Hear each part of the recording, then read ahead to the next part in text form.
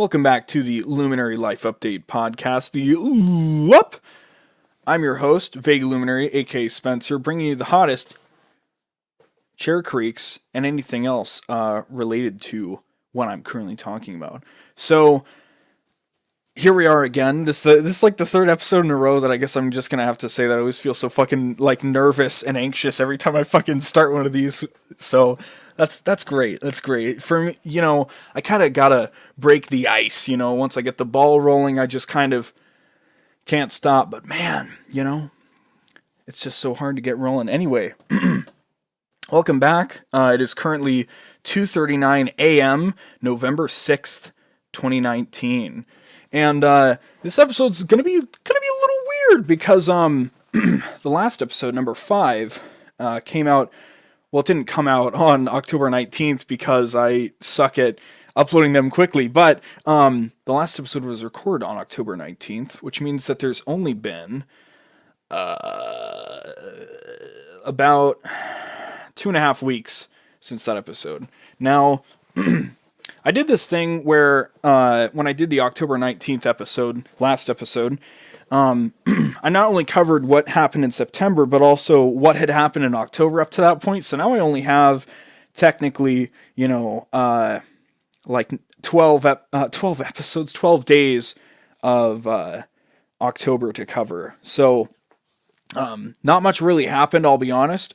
So I don't know how long this episode is going to be. The fun part about this is that I always kind of question if I should even say anything related to the duration, because sometimes it ends up being 3 hours, sometimes it ends up being 1 hour, So it's kind of goofy how those things work. Anyway, let's get down to business. And we have some very exciting news today. So look forward to that. Anyway, so starting as usual with the absolute state update, we have for the numbers 315 games, up from 314, 573 games wishlisted, up from 569, 723 anime to watch, up from 720, 100 manga to read, up from 99. Books are still the same. I probably shouldn't even mention the books until I finally read one, but it is in fact the column I'm keeping track of because I have like 6 books, but I've had 6 books to read since March.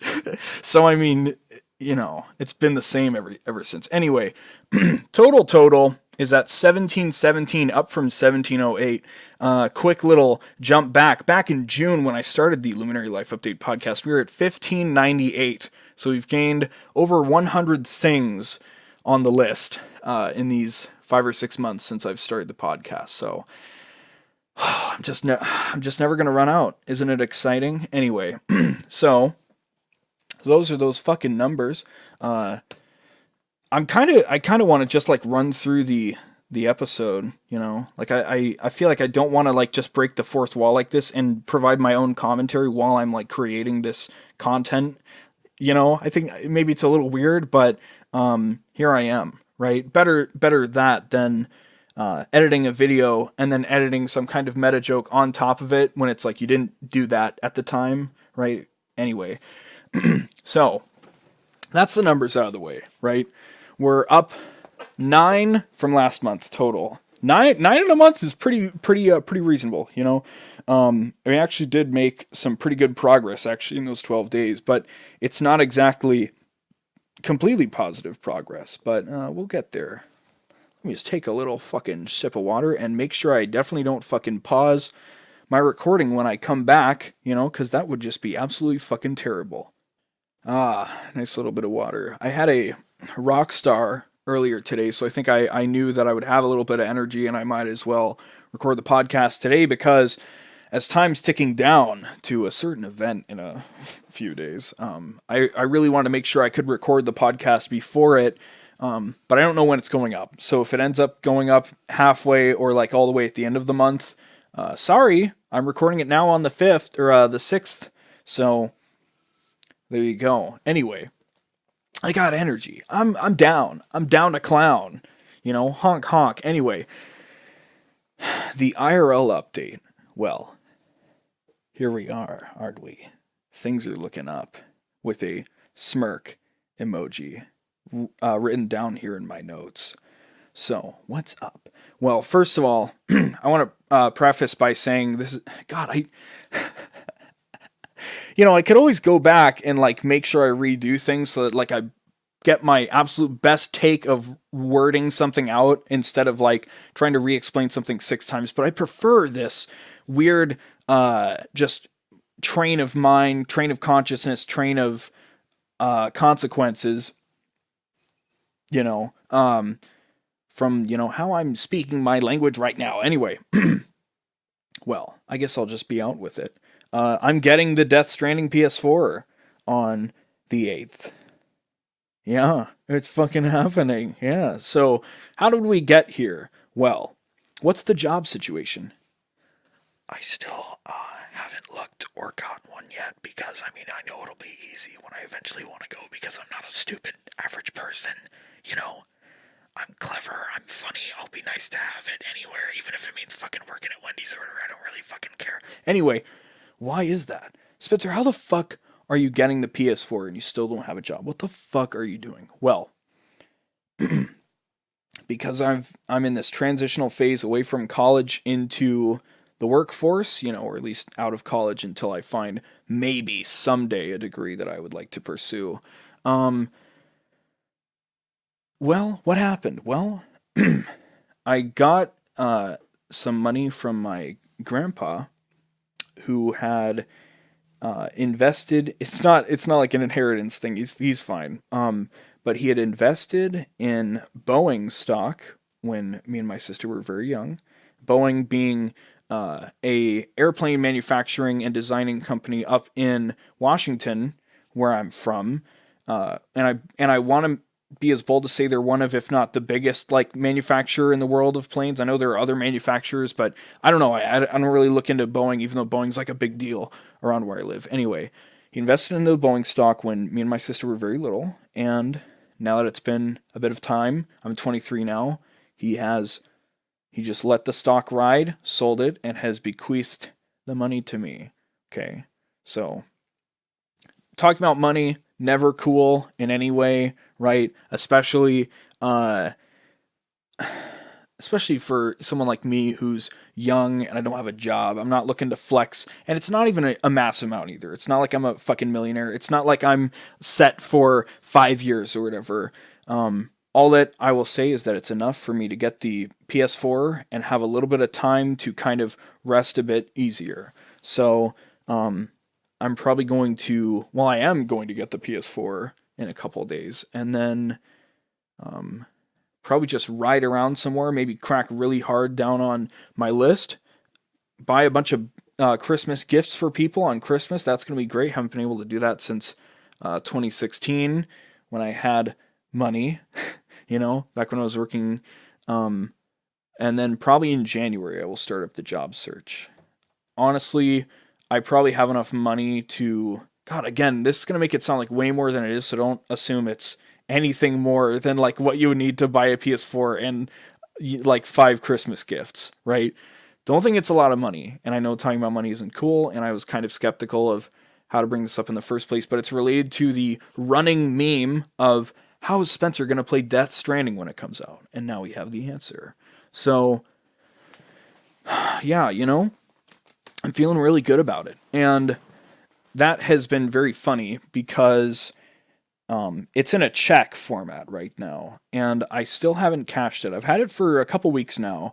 I actually got it right after I recorded the last episode, like either the day after or the day after that, which made things super interesting listening back to the last episode because I made the episode, got the check, and then a bit later listened to the episode, and it's all about like, oh my god, I'm gonna have to, time's ticking down, I'm gonna have to figure things out.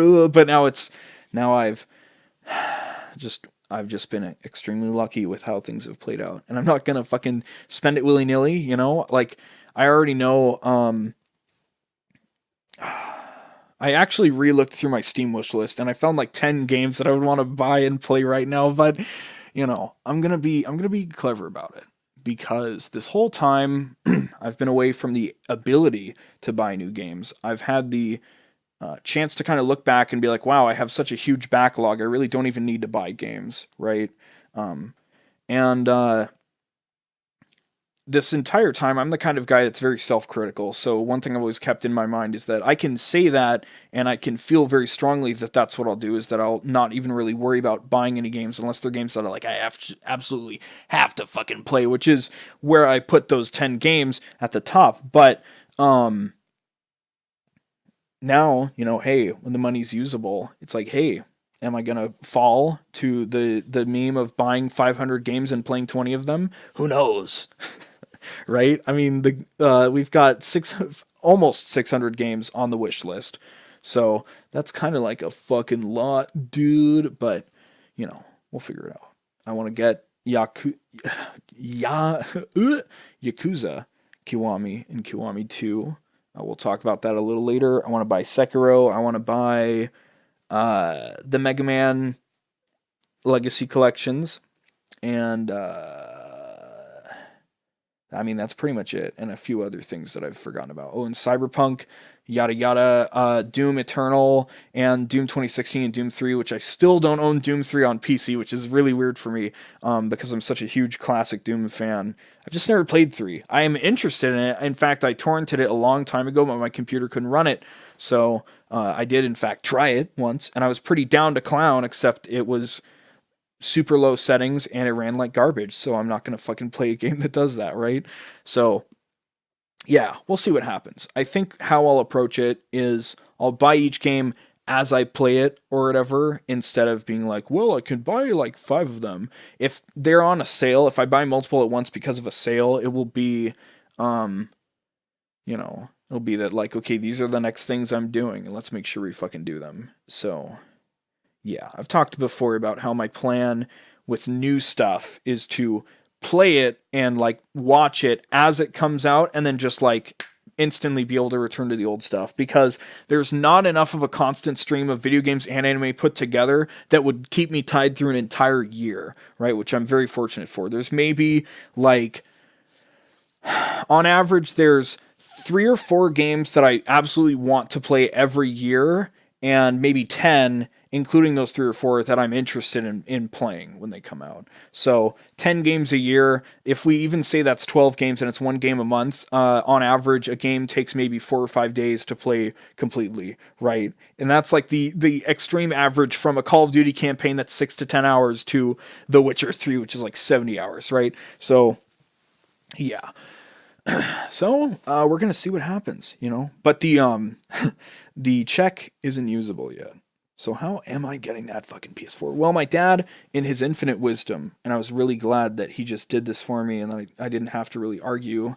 I didn't have to make the obvious argument. He's like, yeah, hey, you can order it with my card, and if you just pay me back by the end of the month, you're golden. I'm like, fuck yeah. So how am I getting it? Well, I've had a bad history with pre-ordering games via mail. And by bad history, I mean I've only done it twice. Well, I've done it once. I've bought one game once through mail, which was Crash Team Racing, back when you could get a I'm not talking about the fucking remaster either. I'm talking about the original one for PS1 when I was like 7. Somehow randomly, I was given a catalog and my mom was like, "Hey, pick out a game you want." And I was like, cool. And then like a week later, it just showed up in the mail. And that was so like, whoa to me, right? That you just like open the mail. It's like, boom, there's just a game with its box and everything. It's like, whoa, where'd it come from? Whoa. And, anyway. So I bought that by mail. Okay, well, I've actually bought 3 games by mail. Anyway, the other one I bought by mail was the original Nier, which I got for, or no. Actually, I didn't buy it by mail. I got it for Christmas, I think 2017. Yeah. Anyway, the main sticking point, whatever, for buying games by mail was MGS5. And I'm not sure if I mentioned it on the podcast yet, but when I bought MGS5, I'm a huge Metal Gear fan, so I'm like, I gotta get the fucking special edition with the robot arm replica and everything, right? And I still love it. Right now, the big old Diamond Dogs box it comes in is the divider of my Xbox games. So on the left are all the ones that are backward compatible, and on the right are the ones that I have to only play on my 360.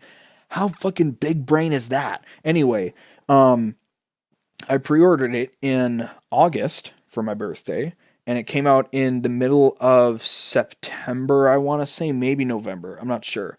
But, like a month, at least 1 month in advance. And then when it came push to shove, I got the game like 2 or 3 days after release. That kind of sucked. Okay. I want to let me make sure I'm recording, okay, good. And now I'm like fucking paranoid about this stuff, right? Anyway, so I was really skeptical of ordering it by mail. And also, the thing you have to worry about is what if something gets roughed up in the mail, right? And in terms of like chance of like things getting roughed up in the mail, you can look at it two ways, okay? I've ordered probably 2 or 3 dozen things from Amazon over 5 years or whatever, and they've always shown up great. Okay, sometimes they're delayed a couple days but they always get here and they're never effed up in any capacity, right? So there's two ways you can look at it, right? Well, I'm on a great streak, so the PS4 would be fine if I ordered it from Amazon. And then there's also the other thing of like I'm way overdue to have something fuck up on me, right? So I really like, on a $400 piece of hardware, a brand new PlayStation 4 Pro limited edition Death Stranding, design and like the cool little, like translucent BB style controller and everything. That's not something I want to get fucked up in the mail, right? I don't want the box to get all fucked up or anything, I don't want to run that risk. So I'm like, what can I fucking do? Well, I don't want to try and show up on launch day and just buy it, because what are the chances they're going to still have it? What if I go to a store that doesn't fucking have it, right?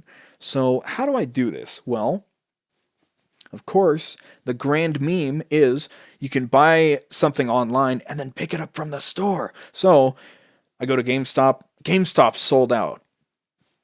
And I go into like a little bit of panic. I'm like, oh no, come on, oh god, I know it's like a week away, but come on, man. So I go to Best Buy. I'm like, okay, what are my three alternatives right off the bat? Best Buy, Walmart, and Target. Those are going to be my go-tos otherwise for electronic shit. Best Buy's got it. I'm good.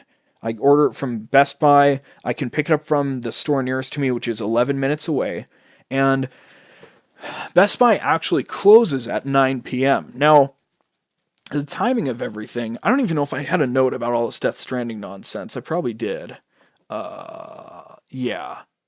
Well, it'll be a later thing. Anyway, the timing here in the west coast of the US is kind of weird for releases, because up until about 2013 or 14, a midnight release or like a game coming out, you'd have to wait until midnight for here, right?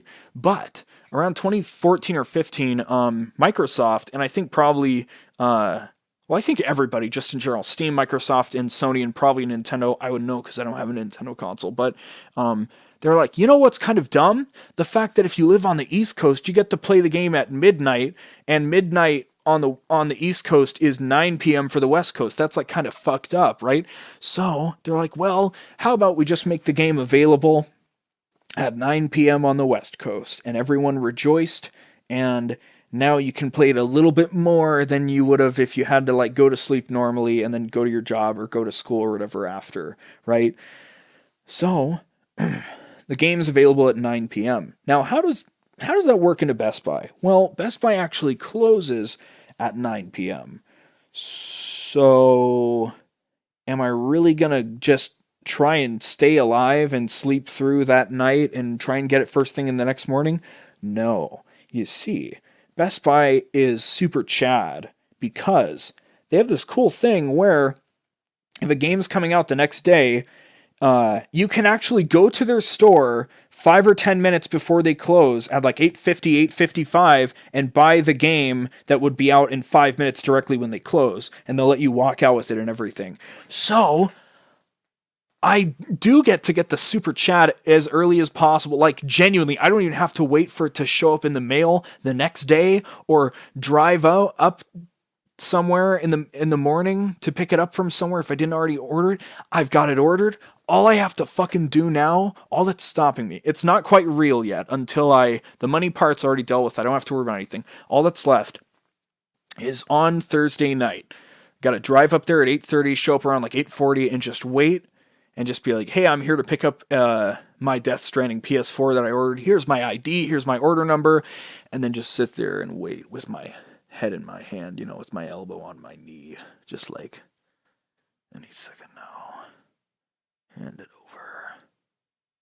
Yeah. Yeah. And, then all I have to do is walk out of the building, not get fucking stabbed or shot or robbed in some way, and make it home, I think I'll probably ask for a paper bag just so I can obfuscate a little, because I think it would maybe look a little sketchy, I'm not sure, but yeah. So all I gotta do is drive up there Thursday night, which is, about, God, 24 hours minus...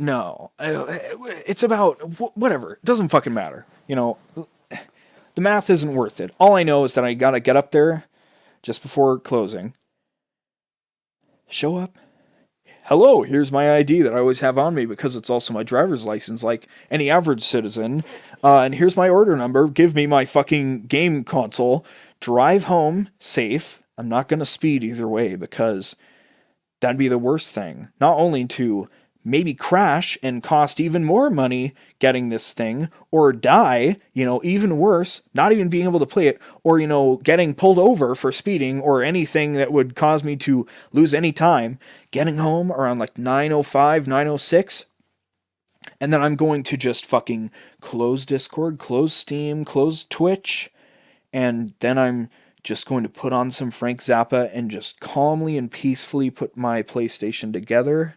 I'm not going to rush because I've secured myself. No one can distract me. I'm tapped out of all of my chat functionalities and whatnot, and I'm just going to fucking peacefully put it all together and then fire it up and just sit back in the leather chair and just whittle away at the fucking game. And I'm also going to go through like all my settings and wallpapers and shit, and I'm going to do all of the new console things I gotta do, right? Like go through all the settings and go through all that, blah, blah, blah, just to make sure that anything I would want to do on it is done. Even if that means getting to the game only at like 9:40, that's fine. It'll feel better to me to know that like any options I have on my console I've already figured out, I've got to learn how the UI works and everything. I've had my Xbox for years, but I got to learn how to use the PS4, and just enjoy. And it's going to be great. But again,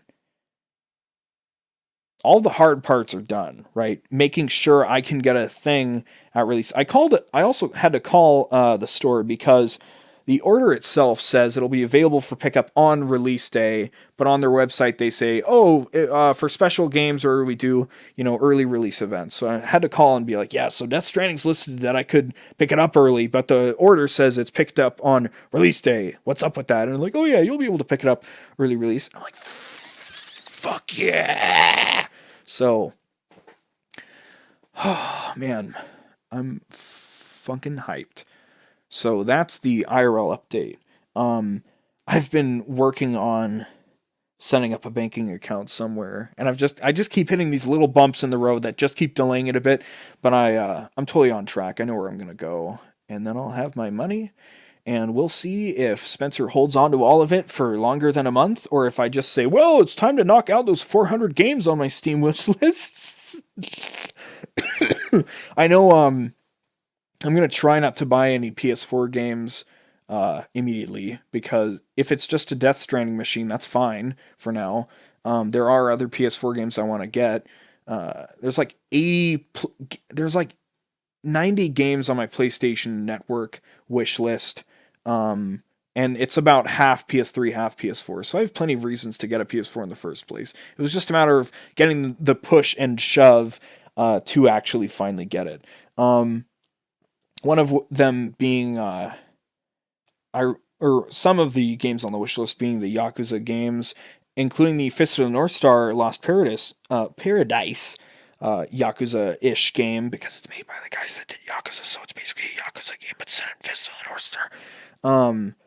I would really love to play that, but I don't know if it's coming to PC, you know? Anyway, yeah, so things are looking really fucking up for me, and I can, once I got my money usable, that's like the big thing. I can't really quite be comfortable yet, but once I get it usable, you know, I'm gonna try not to be a dumbass, just kind of chill, just kind of coast for a bit, you know, just coast for another couple months and enjoy having the ability to buy things every now and again. And yeah, just take it easy. And then in January or February, and hey, this money also can be helpful in figuring out what I want to do. You know, if I want to get into video editing, it's like, boom, I could pick up Sony Vegas or whatever the fuck, you know? So, it's cool. Things are in a really good place right now. And last episode, they were still in a good place, but they were just a bit more scatterbrained, you know? So, but yeah, I'm pretty happy with how things are turning out right now. So that's really cool. That's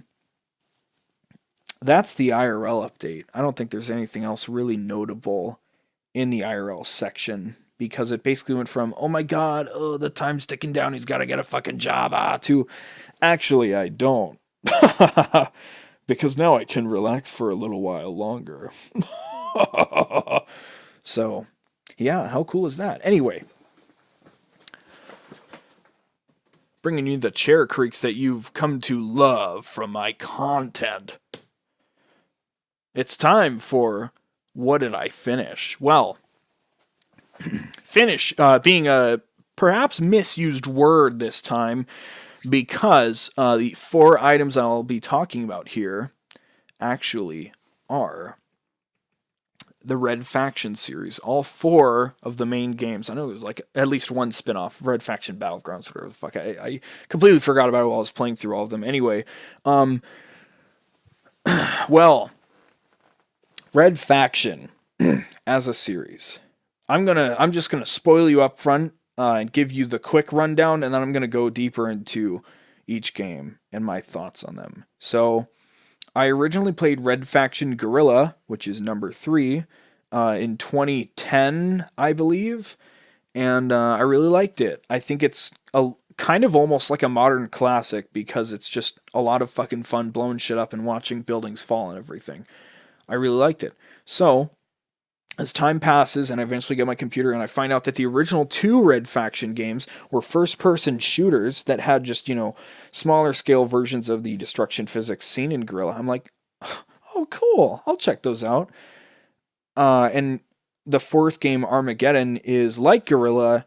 It's a third-person shooting action game, kind of, with the destruction physics. I'm like, great, hey, you know, worst case scenario, if I don't like the original 2 Red Faction games, I finally will have an excuse to replay Guerrilla and finally check out Armageddon for the first time, because I knew about Armageddon when it came out like a year or 2 after I played Guerrilla, if not sooner.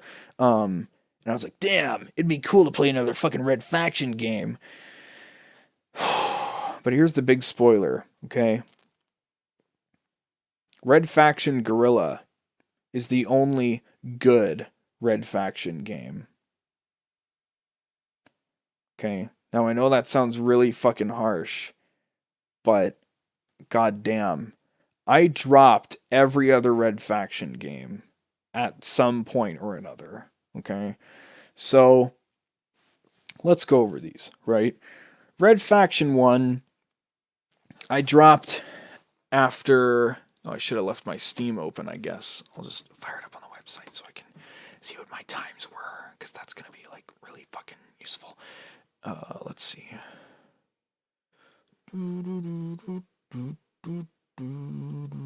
Okay. Red Faction 1, I dropped after 4.9 hours, and I could tell I was very close to the end, mind you. I got to a point where I had to trigger something and then run. I was on a space satellite. Okay, there's going to be spoilers for the games talking about Right. There's going to be spoilers for the games because I'm talking about them right now. So if you're like, okay, I got my knowledge about Red Faction, I'm moving on. There's probably not much left to the podcast. Again, I feel bad mentioning the duration because I don't know if there will be. But anyway, Red Faction 1, I dropped because I got up to a space station and you're told, all right, blow the fuck out of the space station or whatever. So you're like, all right, I'll just go to the reactor. Obvious cliche. I'll blow up the reactor and it'll all be fine from here. So what happens when you trigger the reactor? Well, you go up and down and you hit 3 switches, and then you get a 1-minute countdown to run to the escape pods and get the fuck off. Now, here's the thing. 1 minute is kind of generous to get to the escape pods. It'll take you maybe 30 seconds or so. But here's where things get a little fucky. Okay. The escape pods are locked. Like, there's a door in front of the room with the escape pods, and that door is locked unless you go way further off in the other direction from the reactor and go to like a command room and flick a switch to unlock them, right? Now, what happened to me? Well, I went straight for the reactor. I wasn't following a guide or anything, right? I'm just like, oh, I'm looking around. Oh, hey, it's a reactor. I bet if I blow this up, it'll at least be one of the things I should do to get the fuck off of here, right? I don't know if it's going to be the main thing or if it's like, well, I found the reactor instead of going on some wild goose chase. That's cool. Let's fucking blow up the reactor and get out of here. Triggered the reactor, made it into the first room past the reactor, saved with 49 seconds left on the countdown. And then I found out through my own trial and error, and also by looking it up after, that I fucked myself because I did not unlock the escape pods. I didn't even go all the way up to the fucking command room because it was like this whole other fucking big area with its own level transition and everything. So I saved myself into a doomed state, basically. And when that timer hits 0, you just fucking lose the game and you die and you have to reload your save. And my next closest save is from like 3 hours ago, and I'm not even having enough fun in the game in the first place to really merit replaying that much, right? So, Red Faction 1, I dropped it. Okay, what else do I have to say? Well, it's basically like Half-Life in its feel and like how it looks and how it plays. And admittedly, I still haven't played the original Half-Life, but the aesthetic and like the grittiness of it and the graphical fidelity in general, it reminds me a lot of Half-Life from what I've seen of the original Half-Life. If you look up Red Faction 1 on Steam or whatever, probably you'll say the same. I don't know. But yeah, so it was like playing Half-Life, but you know, with a totally different theme. I'm not even calling it a Half-Life clone or anything. But yeah, so what else bothered me about it? Well, not saying that the similarity to Half-Life bothered me, but just it's a first-person shooter, but none of your guns will ever be pinpoint accurate. Now, what do I mean by that? I'm not asking for guns that shoot exactly where I'm aiming 24/7. I want a gun where at least the first 3 or 4 shots I can trust to be really close to where I'm aiming, right? You don't get that in Red Faction. Red Faction's the kind of game where instead of having a spray that works out from the center, it's a spray that's just like kind of small, kind of medium small, but it's always that size forever, even like the first shot, right? So, fuck. How am I supposed to enjoy a first-person shooter where the bullets don't even go exactly where I'm aiming, right? It feels more like luck than skill trying to get through the areas of shooting enemies. And it's really fucking annoying. And there's a weapon called a rail driver, or it's a rail gun or whatever. I can't remember what it's called. But it can fucking one-shot you. It's way late in the game, but the enemy can have it, and it'll fucking one-shot you. The first time I ran into it, I had 35 health and like 50 armor. And I'm like, okay, well, that's, I guess, reasonable because I had pretty low health. But then I came back and fought a different guy with the fucking rail driver later in the game. And I made a save just before then so I could see and double check. But I had 85 health and full armor, 100% armor. And I still fucking died instantly from that shit. Why? Are you kidding me? God, just... how am I supposed to have fun with that, right? And they also make the mortal sin of having infinitely respawnable enemies. at one point I was in kind of like a subway tunnel, and I had to get through like a service room that was kind of L-shaped, where one of the exits, it was, so from my perspective, it went forward and then to the right was the shape of the L. So I entered it, and behind me were the rails, and then to the right you'd go through the door, and there'd be like a landing where people would gather, right? I'm sure you know what a subway terminal looks like, or whatever the fuck. And so I would enter, because I was coming up the rails, right? On foot, because I'm being all sneaky and shit. So I'm coming up there, and I go into the L-shaped room to engage enemies and whatever. And I died there so many times, and I finally figured out why. Because you go through there, and then there's gonna be one guy that's in the L-shaped room, and there's gonna be like 5 or 6 guys that are through there, including one with a rail driver, which is annoying as shit. But anyway, I noticed that pretty early on, and I was able to kind of combat him. But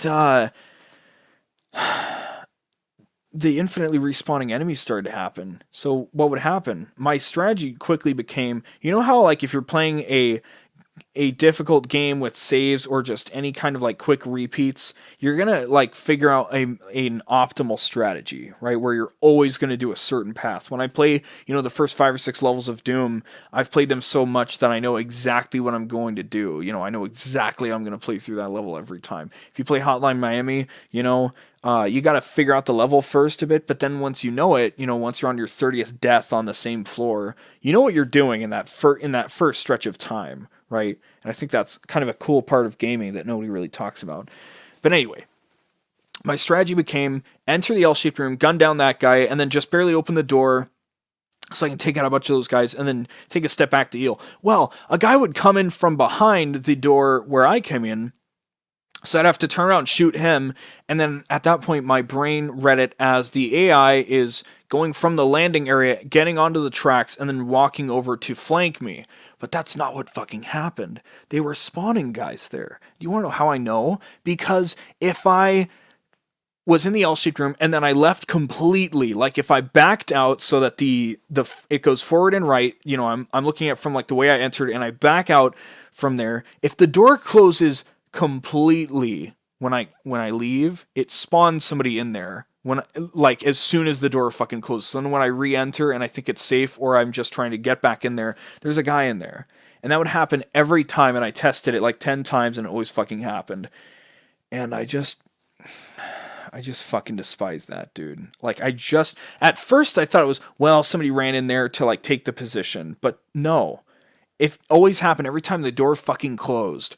So I just was so fucking livid. And then it was about 30 minutes later when I got locked into my death loop, like a certain JoJo antagonist, that I was like, yeah, okay, well, I'm kind of fucking done with this game. In my initial day of playing it, I ran into a bug where a vehicle I needed would always fucking blow up as soon as I would like release it from a latch to make it usable or whatever. So I had to look up like, stupid old games. What am I going to have to do? And I found out there's actually an extremely passionate Red Faction 1 fan base that still play the game online to this day. And there's even a fan patch called Pure Faction, which speedrunners and deathmatchers use universally, and it just fixes and changes a bunch of stuff. So I kind of feel bad to shit on a game that has such a passionate fan base, but it just, at the end of the day, like, fuck, dude, it just, I don't know if it's because I don't have nostalgia goggles, because I literally had never played or seen Red Faction 1 or 2 before now, like, it just, not for me, dude. Red Faction 1, maybe try it if you like old school FPS, but other than that, probably just fucking skip it, dude, honestly. Red Faction 2 is weird, because Red Faction 1, another way it reminds me of Half-Life, is that it's very much just a classic for old school first-person shooter, because it's got quick save and quick load, and you can save wherever the fuck, right? And also, all of the levels were like chunks, so you'd go to a certain area, and then you'd hit a level transition, it would load, and then you'd be in the next area. And then if you went back like 20 feet, you would load the previous area, right? Which is something I remember from Half-Life 2, so that's another reason why I reference it back to Half-Life. Because I'm sure if Half-Life 2 had level transitions like that, then 1 did, right? So yeah, that was cool. Red Faction 2. I don't know what the fuck went wrong. Red Faction 2, the story's like so different. Now it's about like a gang of like elite nano soldiers that take the fight from Mars to Earth, like as part of the Red Faction taking, well, not, they're working with the Red Faction, but they're like mercenaries, and they're like, oh, we're gonna fucking take out this chancellor who's been like a fucking dictator. And it's just like, God, why are we on Earth in a Red Faction game, right? Um, and it's just dumb because they keep hamming up this fact that like you and your squad are like nano enhanced soldiers, and there's been like this big like discussion about that in the universe, and they have these effects in game where like if your buddies can sometimes like light up, like their nerves are all like lit up a certain color or whatever, and it goes to their eyes, like they have special vision or whatever. And you can go to the model viewer and see that for everybody, including your own player character, but there's no like special nano moves or effects you can trigger with like your keyboard that actually have any kind of gameplay effect or impact or anything, right? So I found that very kind of suspicious because it's like, well, you had an obvious way to put like an extra layer of gameplay mechanics on top of just the shooting, right? So why did you just fucking not do that?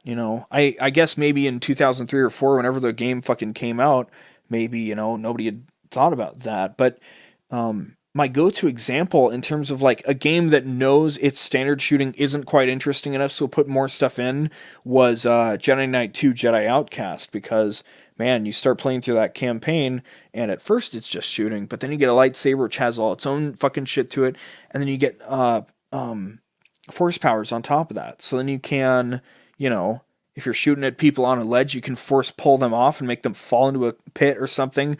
You can kill a sniper, force pull their dropped gun to you so you can grab the ammo. You can fucking, push somebody, all that crazy stuff. And I mean, pull and push make it sound extremely simple, but there's a lot of different moves. And you get to use all of those in multiplayer. In multiplayer, you get a special thing where you get to set, based on the server, you get to set an amount of force points you can spend, kind of like a skill tree, so you can pick which moves you'll have. And there's like normal moves, and then you've got light side and dark side moves. So like light side has force sight, so you can see everybody through walls like X-ray. You've got a regular heal, so you can just press a button and heal yourself for a lot of your like force power stamina thing. Dark side has the choke ability, which is super fucking useful and a shitload of fun in multiplayer, because you could do this crazy thing where you could choke somebody, and it gets to the point where you pick them up if you have the highest level choke, and then like they're kind of at your will based on like where you're aiming. So what the super crazy people do, this amazing mechanic that people came up with, would you'd choke somebody and then you'd flick your mouse up really quickly and then push them, so you basically just fucking send somebody like a man cannon from Halo, just and you just and then you could like throw them into a pit, or, they would just die from the fall damage, right? So it's fucking crazy, And another really cool dark side power is Force Drain, where you could basically shoot out lightning. You also had regular lightning, which could have like a really wide arc and damage people, but Force Drain was really cool because you would hit people with this like red and black lightning, and it would drain their force energy to heal you, which was really fucking cool. So yeah, if you've got maybe kind of simplistic shooting, if you put just one more layer on top of it, so that players can do that on top of what they're shooting, can mean a lot in the grand scheme of things. So, yeah. But the nano thing is just the first of Red Faction 2's problems. Red Faction 2, God, what else bothers me? The shooting is better, okay? The weapons are more consistent. They were clearly trying to kind of rip off Halo 2, because you can dual-wield pistols and dual-wield SMGs and throw grenades. Like it's just a G button. It's not like you had to equip them like in Red Faction 1. And you can't throw grenades while you're dual-wielding. It feels very Halo in that regard. But everything feels better about the shooting. And when I got into Red Faction 2, I noticed that basically the general community consensus was that Red Faction 1 is a great old classic, and 2 is just kind of bad. It's just kind of terrible, you know? And my thought process was, well, here I am playing through the Red Faction games. I'll just play through it anyway, so at least I can agree with everybody else that it's terrible on my own terms, which is what I did with Devil May Cry 2 when I was playing through all the Devil May Cry games last year. And yeah, I dropped Red Faction 2, as well. And I dropped Red Faction 2 about halfway through the story because I just got fucking tired of what it does. I was 2.9 hours into Red Faction 2 and I dropped it. So, Red Faction 2, there's just a lot of really dumb shit in the story that it tries to make it like a really like character driven thing. So you've got like the 6 people in your squad and they all have all these names and shit. But like they have very basic personalities. There's not really any kind of development or anything. And it's just awkward because you can tell it was a console game first because it was, but also it does this is like I think this is probably the thing that bothered me the most. The save system and the level system in Red Faction 2, it's like Halo in the sense that, and I don't think this part was directly ripped from Halo 2, I'm just comparing it, but it's like Halo in that like you have like the mission and then you have like a few sub parts in the mission that you can go to. Now, what's so retarded about Red Faction 2? Well, you can't just save anywhere you want. You can only save to say, I'm in this part of this mission. So if you reload, you will be at the start of it. So you play the game in little chunks, and there's a little loading screen between all of the chunks, and it's just dumb. So a chunk can be anywhere from 2 minutes to like 10 minutes long, and if you die anywhere within it, you're going back to the start of that chunk. So, oh man, it got to the point where, and it caused this really kind of helpless feeling that I used to have when I was a kid of, I really don't want to die in this game, not because I care for my character, but because I really don't want to have to redo this section. I really just don't want to have my time wasted by dying and needing to redo, right? So, fuck, that's just so stupid. Why is it level based and like, oh, well, you can save the fact you're in this area, but if you leave the game, you're going to have to reload from the start of the checkpoint. So if you get like really fucked up and you're halfway through a chunk, and you got a lot more to do and you just don't have any health by you, sorry, buddy, you're fucked. You're probably going to die and then you're going to have to redo that whole thing. And you can tackle it from that kind of perspective I talked about with Doom and Hotline Miami, where it's like, well, once you die a couple times in the same thing, you're going to start to build an optimal strategy from the front to the back. And you'll know, like, well, immediately I can turn here, take these guys out, grab this guy's gun, take out that guy, now get rid of the gun because it's out of ammo, blah, blah. All that kind of shit that your brain just kind of figures out. I love that about video games. But yeah, so Red Faction 2, just like, just a fucking headache to play as well. So I'll be honest, I really wanted to like it. I wanted to be a contrarian and say, actually, I like 2 better than 1. And I think I might have, if it wasn't for the stupid level selection bullshit, and I could actually quick save where I wanted to stay alive, I think I might have said that I like 2 better than 1. I think 1 has far more interesting environments because it's less linear. It's got that kind of like semi-openness that you would expect from something like Half-Life or Halo. Again, haven't played Half-Life 1, but I'm drawing upon my experience with Half-Life 2, where you've got a little bit of room to kind of move around while you're going through these levels that are in fact A to B, but it's just like a really complicated path to get to A to B. Whereas Red Faction 2 has a lot more linear kind of corridor-esque stuff like in Call of Duty. Or at least like the older ones, like God, I don't even know actually. Call of Duty actually, to its credit, has some pretty open area. Actually, to be completely fair to it. So I don't know anymore. But yeah, health system for Red Faction 2. How does it work? It's fucking stupid. All right. If you've played BioShock or Metal Gear Solid and you know how the rations work, if in Red Faction 2 you have your health bar. There's no armor. First of all, there's no armor. You have your health bar, and it can regenerate if you lose some health, okay? But also you have three little like med kits under it. So every time you fully run out of health, it will use a med kit, and then you can pick some up from enemies or whatever. And if you're hurt, but you have three med kits and you pick up another med kit, it'll just instantly heal you, which is nice. But you also have regenerating health, which I think I already said. But yeah, you have regenerating health on top of that, but it's like really slowly regenerating health, and it takes a while to kick in. So it's just dumb. It has this really annoying sound that almost sounded like, I don't know, it was kind of like squeaky or creaky. I can't fucking remember, but it was really annoying, and I kept thinking, oh, it sounds a little bit like breathing. It has this kind of like weird phasery effect on it that reminds me of like, kind of.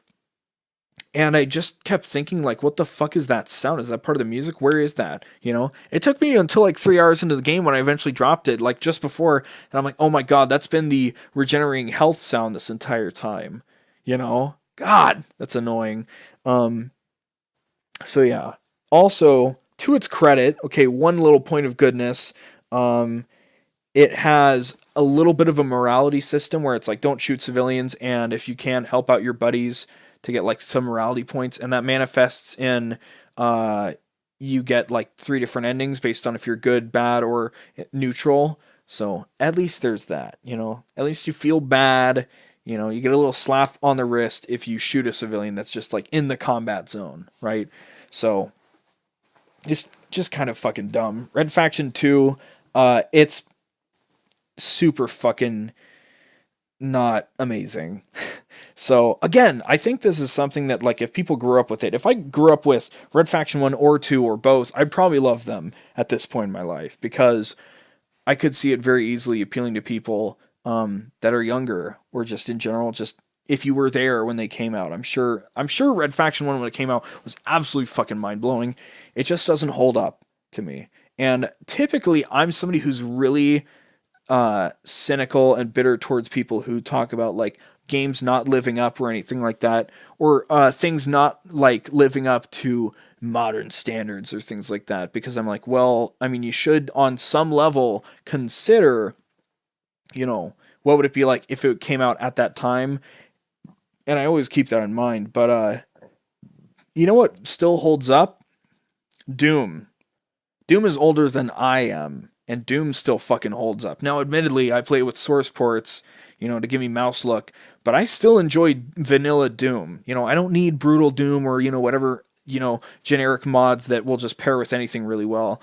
I can play Doom on a source port with mouse look and a high frame rate, and I'm good. I'm Gucci. Doom still is fun to me. Doom is one of very few games that I actually have fun playing, because it's just so satisfying to run through that exact pattern every time.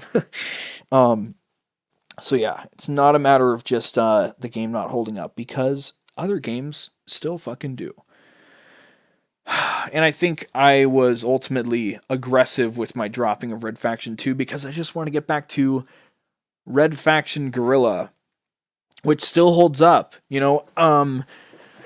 I played the first hour, like, completely focused on it and try not to get distracted, and then at some point I'm like, oh, I'm just going to put on some YouTube while I destroy all the critical buildings or whatever, and then I just kind of, like, just did that for the rest of the game, including the story, because, frankly, this isn't a surprise to me, but the story, pretty milquetoast, pretty not important.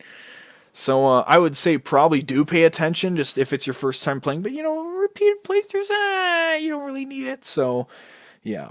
There was actually a really cool reference in Red Faction Guerilla to Red Faction 1, which I really dug, because you go back to the laboratory with K-Pack, who's this scientist you had to fight in Red Faction 1, and it was actually this exact room that had like this raised circular platform in the middle with a little like elongated ramp that goes up to it. And as soon as I was there, I was like, holy shit, this is the room. This is an actual room from the first game, which is like an even higher level of reference, right? And I only remembered that room because I died like 20 times trying to figure out what the fuck to do, because fuck that boss fight. If you ever play Red Faction 1 and you fight K-Pack, man, may God have mercy on your soul, dude.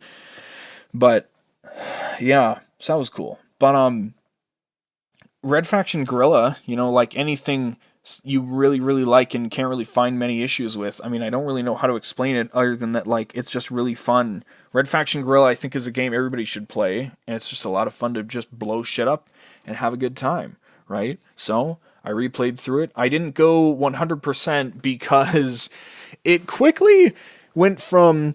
That was weird. Quickly! Anyway, it quickly went from...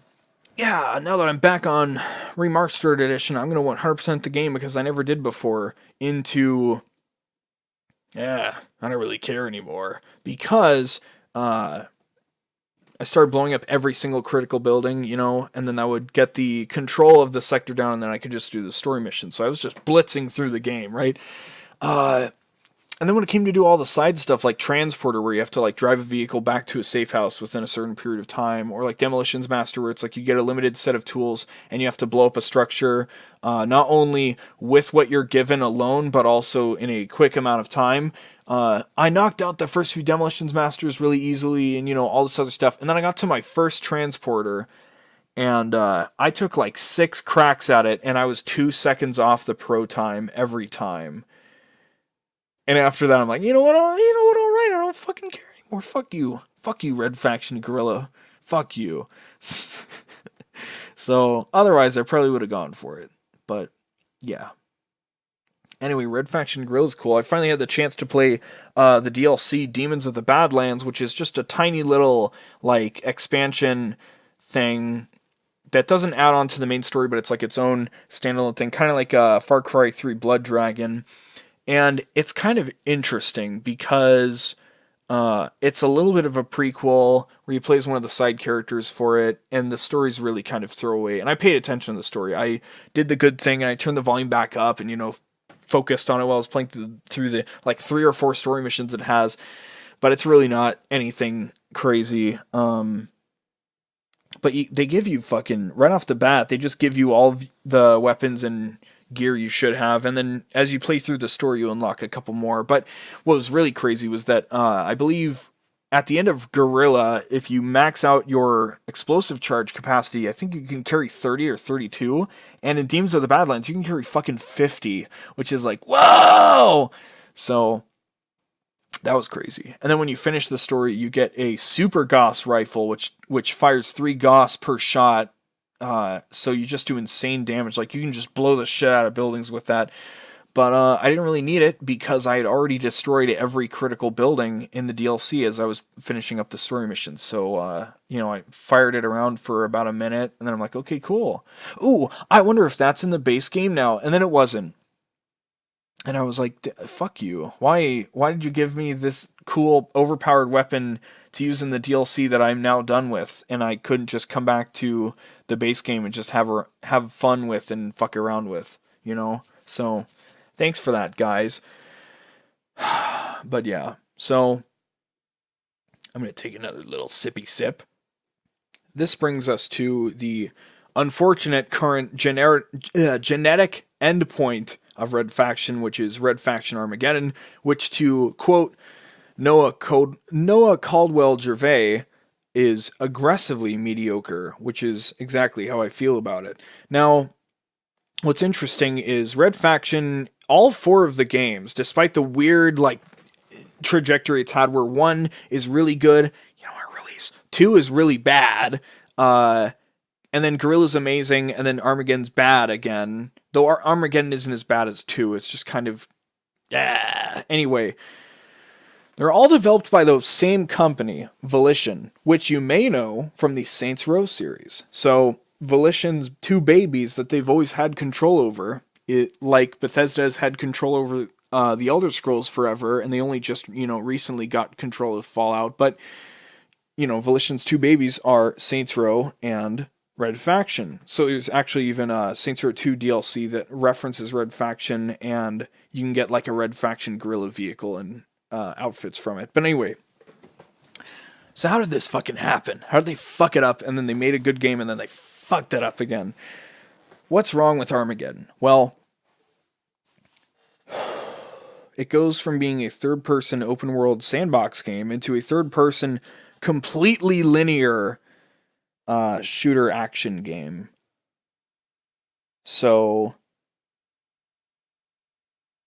right off the bat, just all the freedom's fucking gone. And, you know, in some capacity, I like, well, I'm not going to say I like that it's linear, but I will say I'll give it some credit because maybe they're like, oh, we want to go back to the 1 and 2 style because the old fans, you know, there is definitely still a small bastion of Red Faction fans that only like 1 or 2, you know, or both probably, and they don't like Guerrilla, you know, for whatever reason.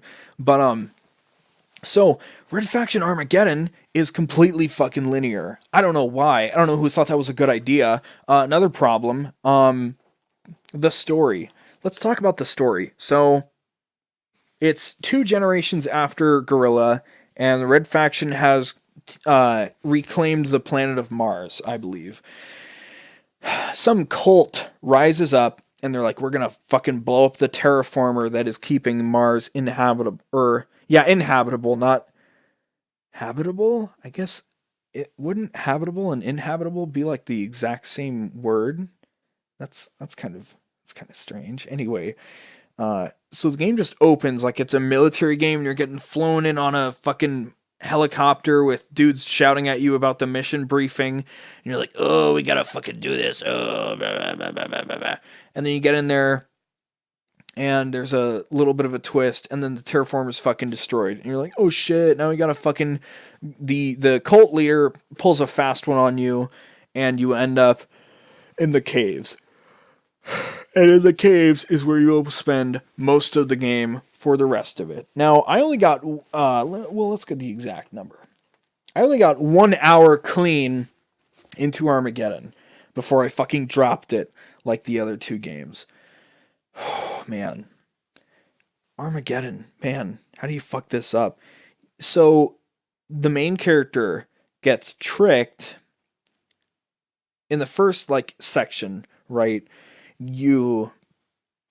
At some point you run past this wounded soldier who's like, oh my god, there's like a fucking battle mech in there, and your guy's like, don't worry, I'll deal with the battle mech. Basically, you go in there, you fight it, and then you flick a switch to like pull a bridge across, and then when you're like running back through that hallway, the guy's gone. Which, you know, I noticed, but I didn't really think much of. I thought like maybe somebody else came along to help him.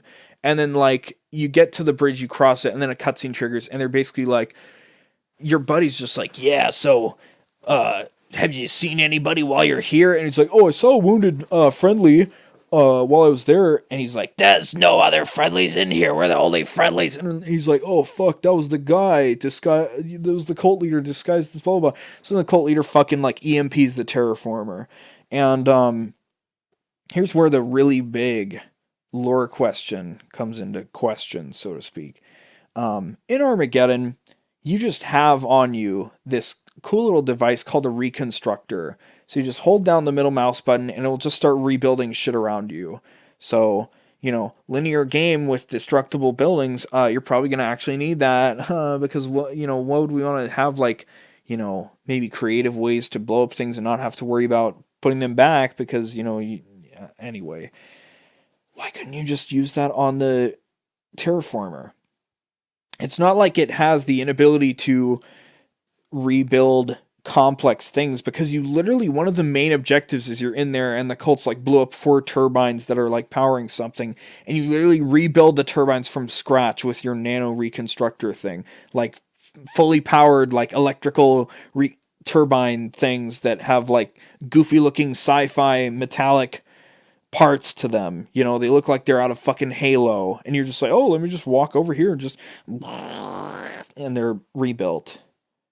What? Okay, alright. Why couldn't you just done that on the terraformer? And that seems to be like the main question that slips everybody's mind.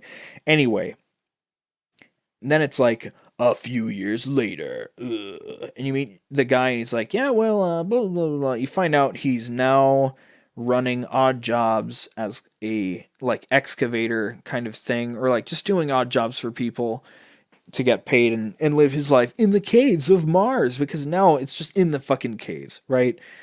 And you get this job from people, and they're like, hey, we need you to like fucking move some shit and like blow this thing up and like open this thing up. And then you're in there, you get into this cool fucking mech suit, and you're in it for about 10 minutes.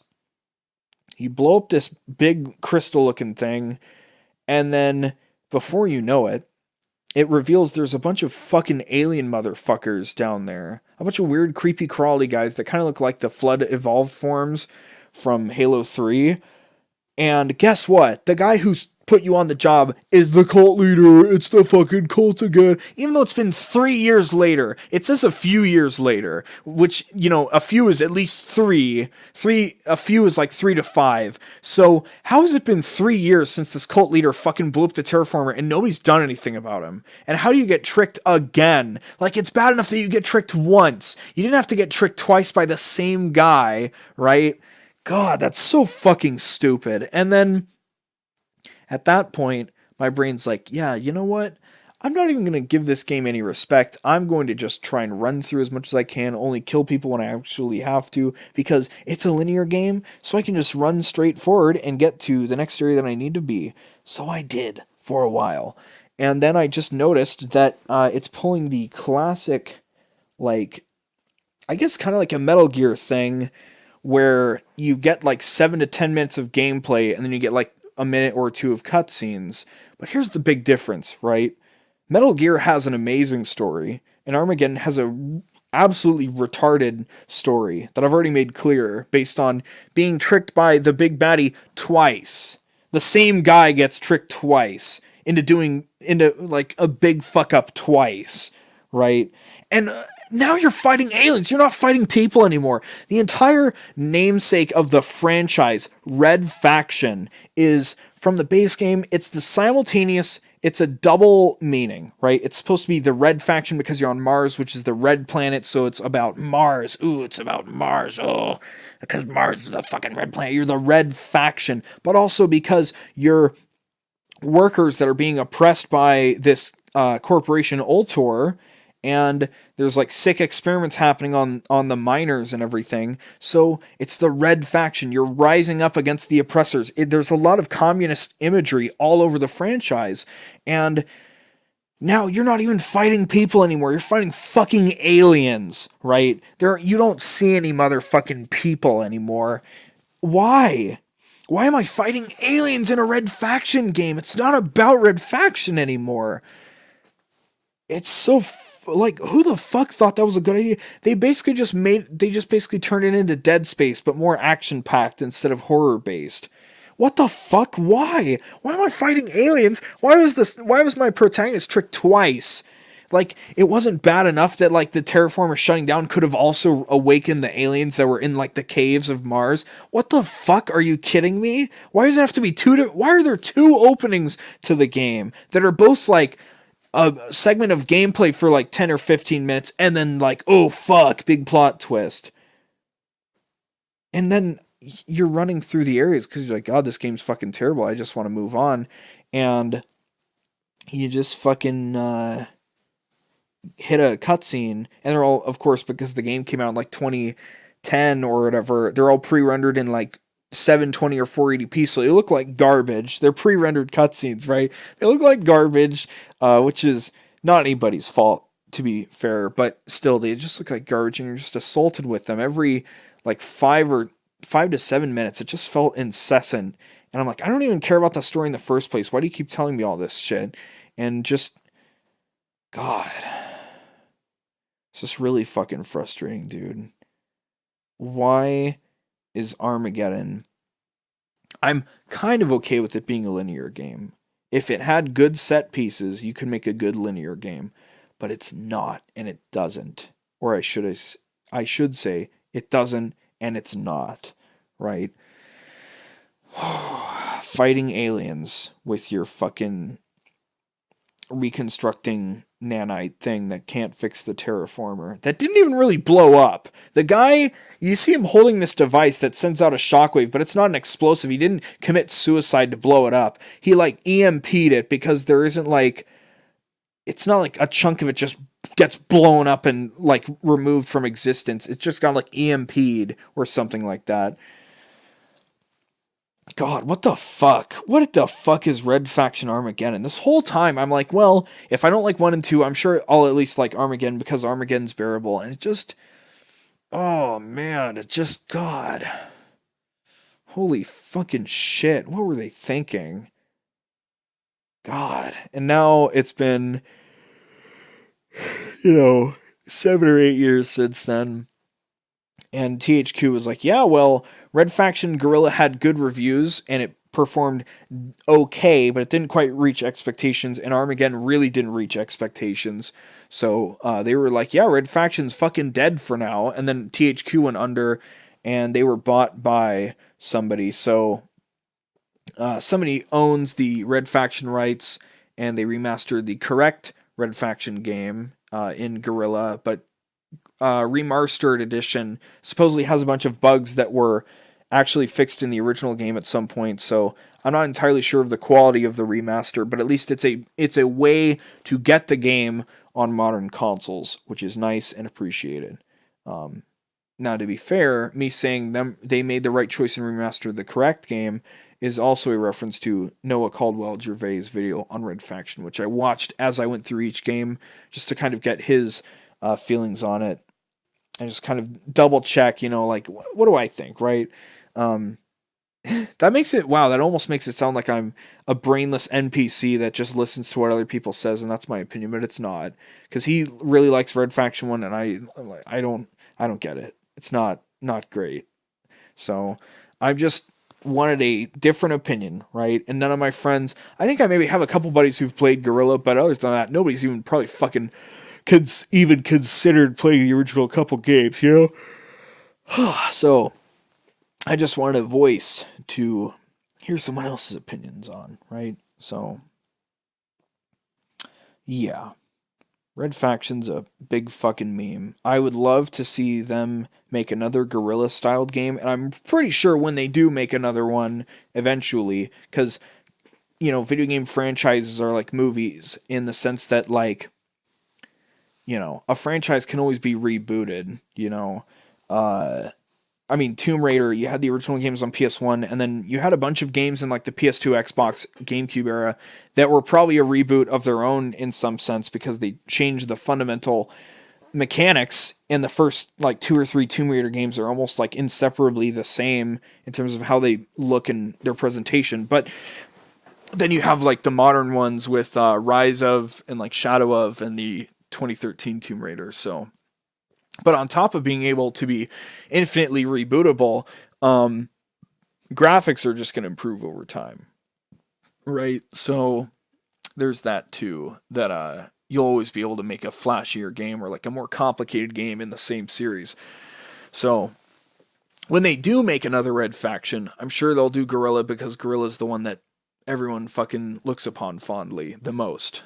There's still the diehard Red Faction fans that only like 1 and or 2 and don't like Guerrilla. But if it's like a like percentage, it's probably like per game, the like percentage out of like the amount of people who've played it per game.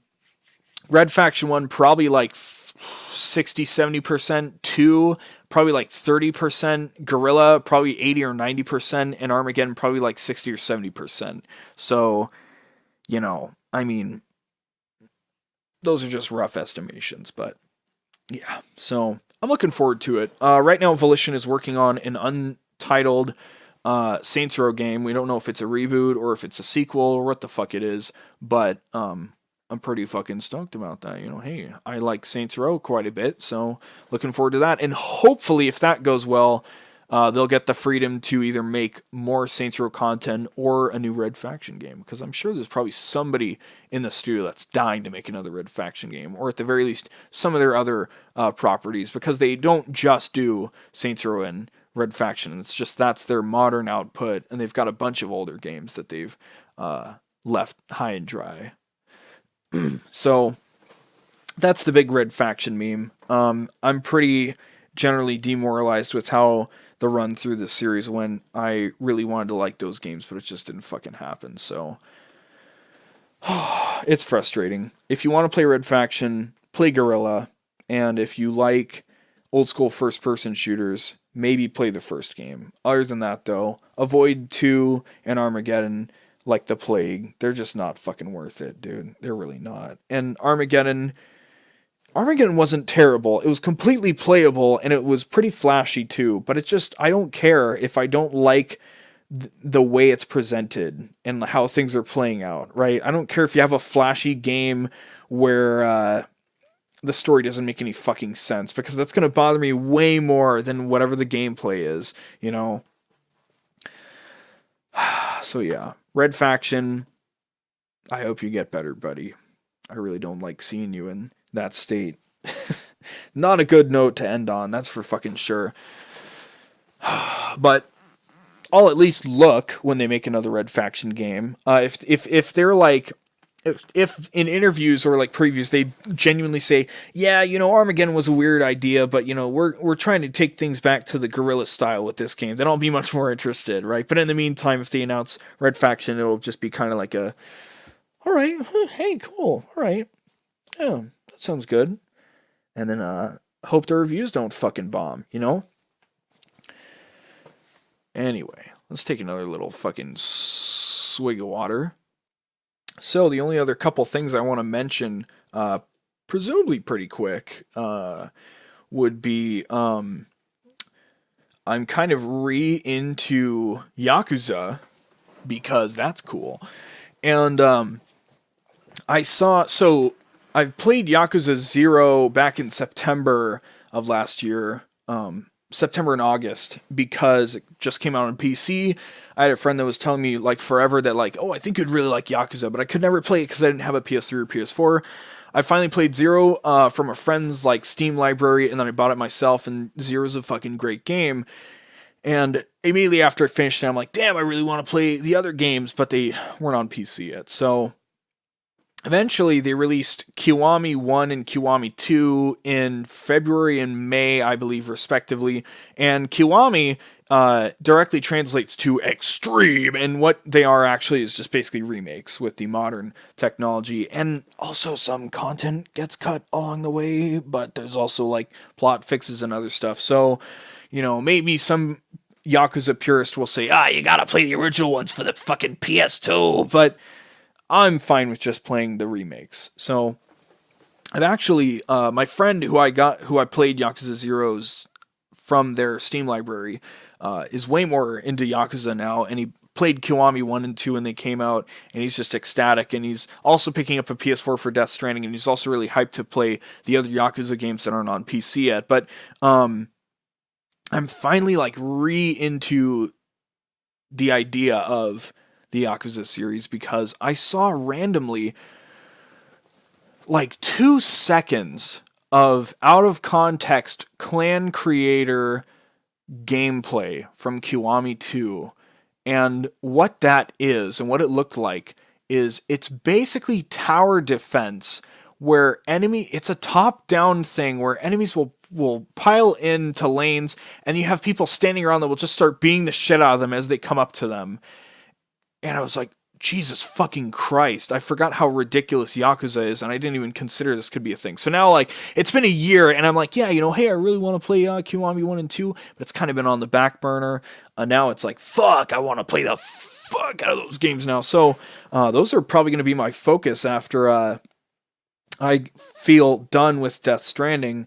And if any of you think I've forgotten about Sangatsu, I haven't. I'm about halfway through the second season now. I'm taking it way slower than the first season, but it's just been much more emotionally draining and just resonant the whole time through. So there's much more of an impact on episode to episode than there was in the first season, in my opinion. But it's been going pretty good. I'm going to watch I have 8 episodes left. I'm going to watch 4 after I finish this podcast, and then 4 tomorrow.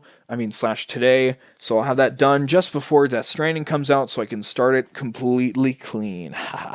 But as for Yakuza, one of the things I think that I love the absolute most about Yakuza is that it's just so fucking gamey, and there's so many mechanics, and there's so many like things to do that all just kind of feed into each other. And I love games like that, where there's like, well, you know, you don't have to get into this thing, but if you do, it'll really help you elsewhere, right? The first time I kind of was self-aware about that kind of gameplay interlocking of concepts or whatever was in Minecraft with Redstone. I never really got into Redstone. I pretty much never use it, but I've always thought about that, like, wow, you can make such amazing things with redstone, and it's not just something that like it helps itself, right? You can make sorting machines, you can make really cool storage like setups and all this other crazy stuff. And I'm watching all these videos now of all these people making crazy stuff like Mumbo Jumbo and Iskall, and I've now, because of their redstone videos, I've gotten into just watching Hermitcraft and all that stuff. So that's been fun. But yeah, so redstone, like, it's not just something that's self-contained. Like, you can have fun with redstone itself, but then it can also come back and help you with everything else in the game. And I think that's really cool. And if ever you've got something like that, and you've also got that in potion brewing in Minecraft as well. And Yakuza has like the real estate royale in Yakuza 0, where you can like you unlock this thing in chapter 5 or 6 or whatever is Kiryu, and right from there I just put the entire main story on ice and just played through the entirety of real estate royale, which took me like 40 hours before I finally got back to the main story. But then at that point, once I'd done everything, I just started raking in so much fucking money, which helps you with buying items and going to all the restaurants for the completion list, and, you know, leveling up all your skills, because you just unlock new skills and upgrade them with money. There's no like XP system in 0, which is funny. So, yeah, it's fucking cool. Now, speaking of the completion list, because Yakuza 0 is so gamey, it has the completion list, which basically gives you little, like, at least one objective to do in every like thing that exists in the game, including they have a little arcade in the city, both of the cities, I believe, that have like 4 or 5 little Sega arcade cabinets in them, because Yakuza is a Sega franchise. So you can play like Super Hang-On or Space Harrier inside of Yakuza 0 as the character you're playing as. So like even those have like, oh, get 4 million points in Space Harrier, etc. Alongside all the other mini games that are far more fleshed out. You can play shogi, you can play mahjong, you can play pool, you can play darts, you can play some poker, you can play darts. I'm not sure if I already said that. But yeah, and then of course the other shit like the cabaret club stuff and the real estate royale. It's crazy. So I've been mostly done with the completion list for a long time now, and now I'm just like, man, you know, it'd be really cool if I like did everything in 0 before I moved on to Kiwami, because Kiwami 1 and 2, every Yakuza game is just fucking stuffed to the brim with content like 0 is. So I could just move on to play Kiwami 1 because I already played through 0's story a year ago.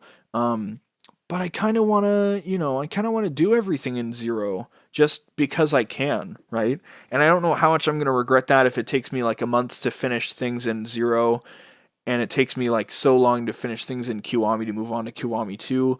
But, you know, I think it'll be okay, you know? And if anything, that gives me time to wait for any other Yakuza games coming to PC, because currently there aren't any announced. But, you know, if they want to fucking port those, they're doing an HD collection of HD remaster collection kind of thing for Yakuza 3 through 5, not 6, but 3 through 5, because those were all on PS3, instead of like a straight up Kiwami remake thing. So those are coming out digitally like once every 2 or 3 months, and then when the third one, as in 5, comes out in February, I believe. Then you can buy it physically. You can buy all 3 games for like 1 disc or whatever. Once that happens, I'll kind of look and be like, are they going to port that to PC? Who knows? But I do really want to play the Fist of the North Star game. And I believe my buddy who's picking up a PS4 as well will be buying the Fist of the North Star game physically, which means I could borrow it from him. And I'd love to play the game in general, but, you know, then I wouldn't have my save on PC when it comes out to PC. And a game like Yakuza, where I've literally spent... Let me double check here. I've spent, I think, 120 hours... Alright, well, Chrome isn't even open. I'm not going to bother. But I've spent about 120 fucking hours in 0. It took me about 80 or 90 to get through the main story because I was fucking around on the side. But I've spent about 120 hours in Yakuza 0, and it's like $20 on Steam, which is an insane deal. And I think Kiwami 1 is $20, and Kiwami 2 is $30. So, you know, my point is, I've spent a lot of time in 0, and since it seems like they put more and more stuff, like the later release it is, and the Lost Paradise games, the Fist of the North Star Lost Paradise game, came out after Zero, Kiwami 1, and Kiwami 2, so it's going to be fucking content packed. You can make the argument, and it's not even really an argument, it's more of a fact that Kiwami 1 doesn't really have as much content as Yakuza 0, even though it released later, but that's just because it's a remake of the first game. So they do in the Kiwamis kind of add some stuff from the later games to kind of like just pack it in and make it more consistent with other games, but, you know, they don't totally overdo it. So Zero is absolutely content packed, and Kiwami 1's maybe a bit less. But my point is, again, that it would be a large time investment playing through the Fist of the North Star game on PlayStation or any of the other Yakuza games on PlayStation, and then I wouldn't have that save file on PC, and I wouldn't want to like completely redo it. Right? I could just play through the story, but then I'd be kind of like tapping my fingers, waiting for it to come to PC, and then I might just, I might just have to go do all the side stuff while I wait, and then, like, as soon as I finally get done is when they announce it for PC, right? So, we'll see what happens. As it stands, I'm going to finish Sangatsu Season 2, be caught up with that just before Death Stranding comes out, and then I'm just going to play the ever-loving shit out of Death Stranding, and, we'll have a good fucking time. So, speaking of Death Stranding, I already kind of blew most of my nut in the IRL updates section, but I just wanted to say a few of the things that got me hyped and other things I want to talk about with Death Stranding, and I haven't written these things down. The only thing I wrote down was Death Stranding, oh baby, for the topic. But just off the top of my head, Death Stranding is sounding like a really, really fucking cool game.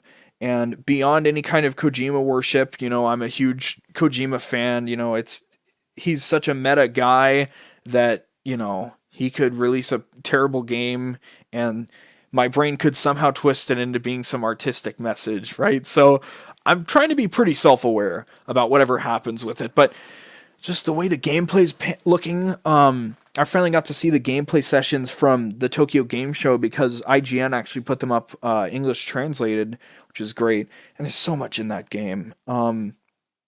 My mouth's kind of getting tired, so I don't know how much longer I want to talk, but just fuck. So it's looking like it's going to be a very chill and wholesome game, and you're just going to basically be traveling, from the East Coast to the West Coast of America, and who knows what's going to happen along the way, right? Who knows what's going to happen when you get to the West Coast? Maybe somehow you'll now have to make your way back to the East Coast, or whatever the hell's going to happen, right?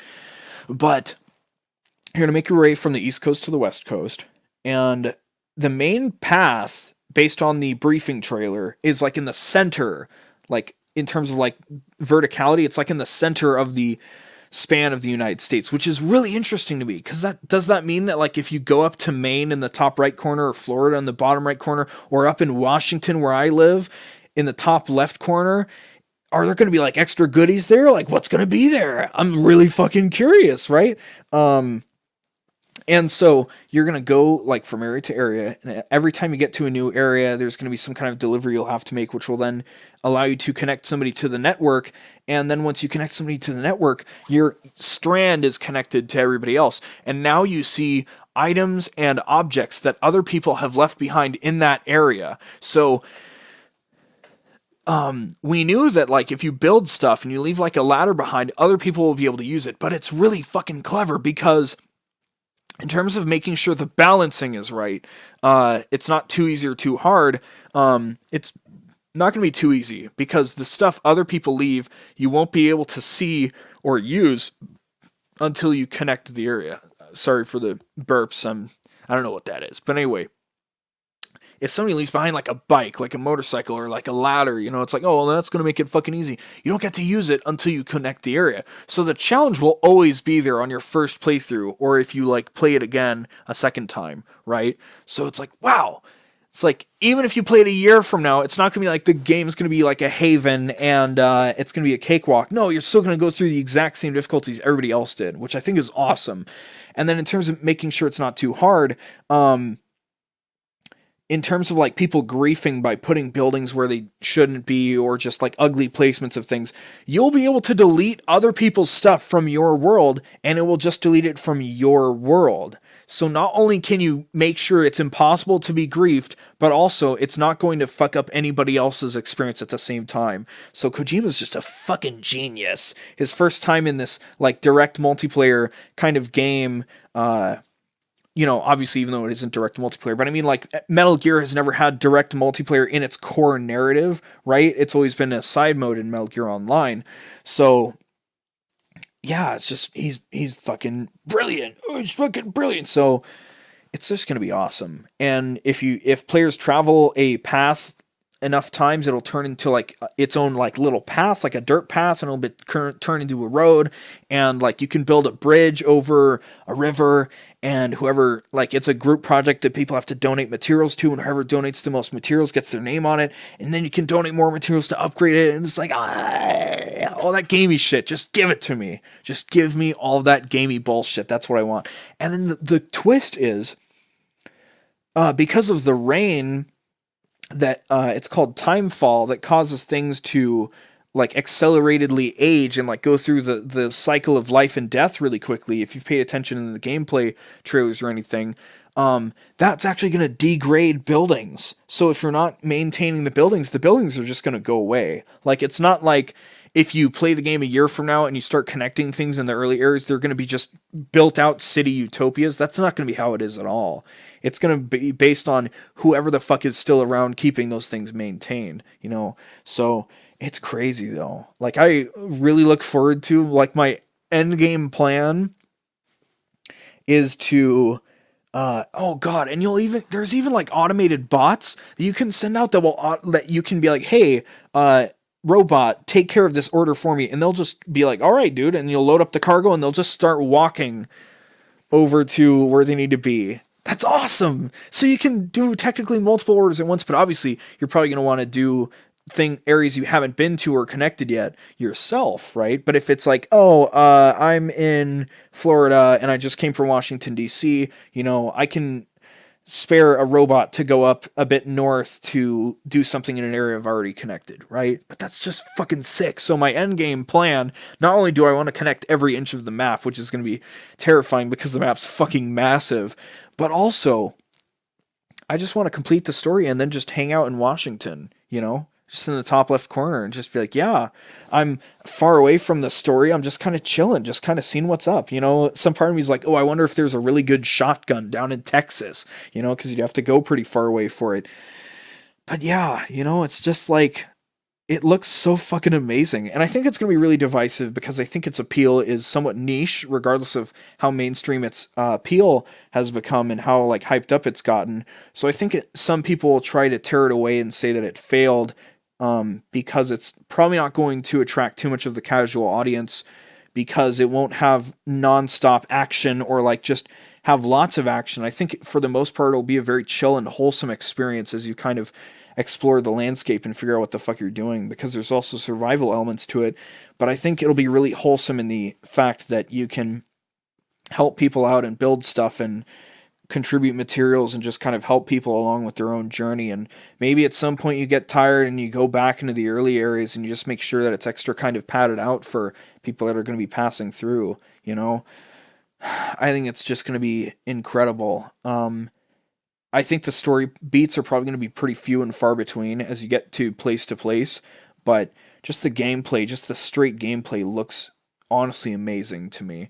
And, if you asked me like a year or two ago, and if I just saw the direct gameplay without knowing the reasoning behind everything, I'd probably been like, oh god, that looks kind of boring. Because it's almost kind of like a Rust kind of Minecraft, like, hey, let's build stuff together kind of game. But it's not, because the gameplay and the story are both connected through the strand system and all that shit. So it's just like, god, it's fucking blowing my mind, and I'm so hyped to play it. Like, I really, really am. Like, I think I'm already sold that it's going to be amazing. Like, I'm almost at the point where I want to say the game is already amazing without even having fucking played it, right? I don't care about the reviews. I care about the fact that I've seen the gameplay and I like all of the ideas behind the mechanics and the idea that you're connecting the world together.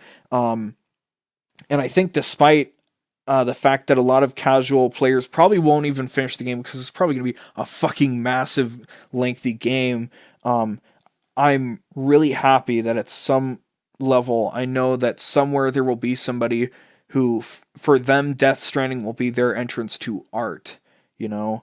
And I think that is massive, if anything, because once you have that chance to experience a piece of art that really moves you and it really gets you thinking, and then you have that moment of being like, holy shit, that's art. That literally is art. It makes me think about things. By experiencing this thing, I think about where I am in life and what it means to me, and other questions to ask that I never considered but are so important to me.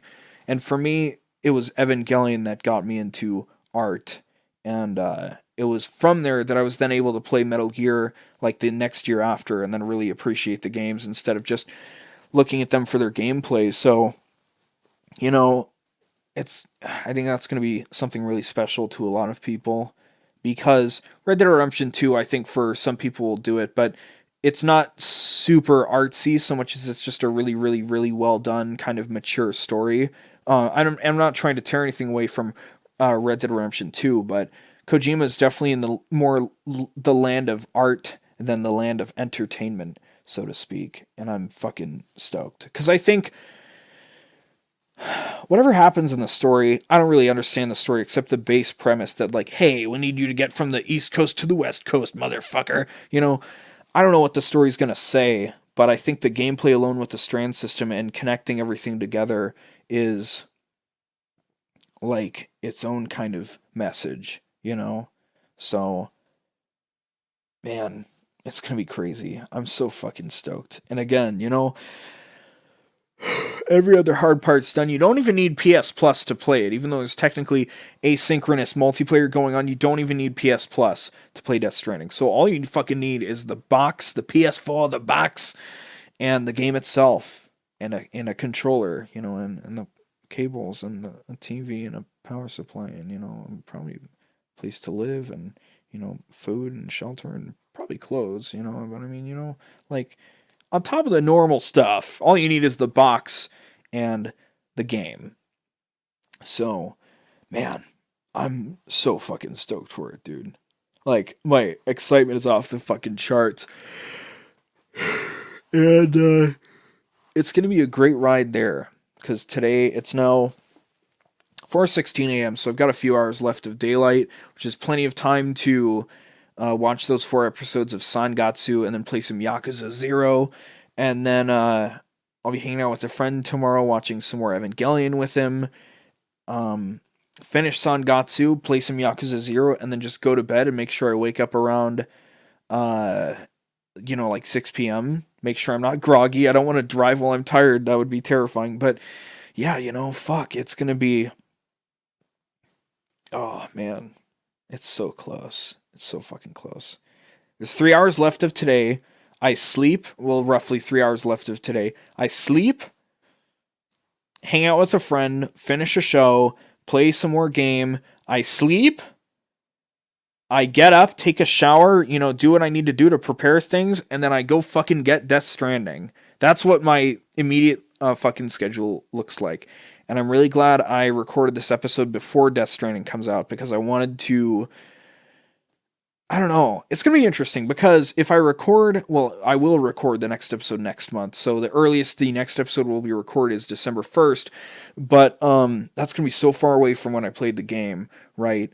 And who knows how much depth I'll go into, because I always fear that I won't have much to say about like the Red Faction games, but I managed to talk about those for quite a bit. And I don't know how much I'll be able to say about Death Stranding, but, it's looking so fucking amazing. And it's a game I'll definitely put a lot of time into, if nothing else. So, oh man, it just looks so fucking amazing. And there's so many little jokes and little memes already in it. There's a little mode just to hang out like in Sam's room and just do stuff, and oh man, God, it's gonna be so fucking great. And who even knows what the game turns into over time, right? Like with the game mechanics or what the story's gonna do, right? I'm so glad I haven't been spoiled yet, and I'm doing my best not to go searching, because I have in the past gone searching for spoilers when a game I'm looking forward to comes out, but this time I'm just gonna do my best not to, you know? And if I see a spoiler, I'm probably just gonna call it at that point and be like, all right, guys, I'm off for the next couple days. You know, a smarter person would already be off, you know, the week before the game comes out. But yeah. So, God, and I'm going to be able to play it like as soon as I possibly could, right? The only faster way I could play Death Stranding is if I already bought my PS4, already had it hooked up, already had the game pre-ordered, so I could play it directly at 9, right? And instead I'm going to be playing it at like 9:30, maybe 9:40, maybe 10 if it takes forever to install, right? But I'm fine with that. Because at least I'm playing it right at launch, you know? So, God. Fuck, dude, it's going to be so exciting. And I'm a guy that loves side objectives and like gamey bullshit. So when it's like, well, I'm about a quarter through the game, I'm just gonna go fill out the north and south area. It's like, fuck it, dude. I'm gonna do it and just see what happens. So, man. Oh yeah, and there's this thing where like, just one example, there's like, oh, this motorcycle runs on battery, so you can only use it as far as you've got a battery, but any area you're in that's been connected to the network provides power to it. So it's like, oh, you can infinitely use your fucking like exoskeleton or whatever you've got, or your motorcycle while you're in the connected area because it's got infinite power, you know? And I really look forward to the hopeful experience that like an area you've connected is considered like a safe zone. So then you could be like all the way out super far, and then once you finally get back to where you've connected stuff, you can just be like, and just kind of relax now that you made it back in, you know? So, God, I'm so fucking excited. Like, it's crazy. I've got all the hard parts done. All I have to do is get there, get to the time where I can go drive up there, be like, yes, hello, here's my ID and my order number. Please give me my product. I am a consumer. Please give me my product. And they're like, all right, sir, here you go. Would you like to sign up for... No, that's all right. All I want now is to get back into the parking lot and not get shanked before I get back in my car and drive off. Okay? So yeah. And then, you know, it'll be... I'm looking at each thing as like a step. So I don't think it's going to be hard to survive until that time, right? That's easy. That's done. But driving there, that's a step. Getting it will be another step, and then getting back into the car will be another step, and then driving back will be another step. But as soon as I come home, it's not going to be, I'm not going to fucking bum rush any of it because my brain doesn't allow me to really cut corners ever in anything. So it's not going to be like, okay, I'll pull into the garage and then I'm just going to like sprint out of the car with the thing and just run downstairs. It's going to be, okay, I'm going to, you know, pull the car in, get out, close the garage door, put my jacket away, you know, make sure all my pockets are good, and I've put the keys back, take a deep breath, and then walk outside, grab it, and just bring it downstairs. Fire up some music, grab a dew or whatever, grab a soda. Oh, man. It's going to be so fucking good. It's going to be great. It's going to be like a post-wedding celebration, quote-unquote, if you will. Anyway, yeah, God, I'm just so excited for it. Like, holy shit. And it's so close. And this whole time the game was announced, it's like, it's going to be on the fucking PS4. And, you know, it's coming to PC in June, whatever. That's not what I'm talking about. But it's like, oh, it's going to be on PS4. And this whole time I've been, like, worrying for fucking 4 or 5 years, being like, God, how am I going to get that thing? I don't know how I'm going to get it. But I've always been like, well, guys, to my friends, I've been like, well, guys, don't worry, because I'll just make sure I get a PS4 by the time Death Stranding comes out, so I'll be fine. And it's always been like, yeah, all right, Spencer, you keep saying that, but I don't really see you with the PS4. But now it's like, guess what, bitches? You know, now, so the only other stipulation was I wanted to make sure it was a PS4 Pro, which the Death Stranding one is, and also it's 1 terabyte of space, which should be plenty because I don't need all my PlayStation games installed at once, and second of all, that will be plenty of space for all the PlayStation games I get, right? So it's just like, it checks all the boxes, right? It's a PS4 Pro, important. It's got a pretty big storage space, storage size, storage capacity, there we go. and it's Death Stranding styled, so it's like 1,000 bonus points, right? I've never had a limited edition console before, so it'll be really cool. And it comes with the game, and it's the digital deluxe. Well, it's not the digital deluxe. It's digital deluxe, but it's physical, right? So I get all of the goodies that I would get for getting the digital deluxe edition, which was important to me because I didn't want to somehow miss and somehow get the standard physical edition of the game and only get the pre-order bonuses for buying the fucking console. You know, like arguably buying the console version of a game is like the most special edition you could buy on top of like the one that comes with the statue. Like fuck the statue, right? I bought the console that's designed around this game, right? So, but yeah, I'm gonna get all the fucking goodies that come with it. So it's as good as, I don't know what a PS4 Pro goes for normally, and maybe it goes for 300, maybe 350 now. The Death Stranding one's $400, but you get, you know, the console, you get a PS4 Pro with one controller, you know, all the cables and all that bullshit, and a digital deluxe version of Death Stranding, but you know, but it's physical. So the digital deluxe version of Death Stranding, I think, is like $90 or some shit. So I mean, it's a hella good deal on top of just being exactly what I need, right? So let's just fucking see here. I'm curious, you know. I'm actually just super curious. You're just along for the ride now. As usual here, I'm doing a little bit of fucking research here. So PS4 Pro 1TB new is in fact $400. So, you know, it's literally just I'm getting Death Stranding for free on top of buying a really fancy fucking console, right? That's exactly what I want. Because if I'm gonna buy a PS4, why wouldn't I get like the best iteration, right?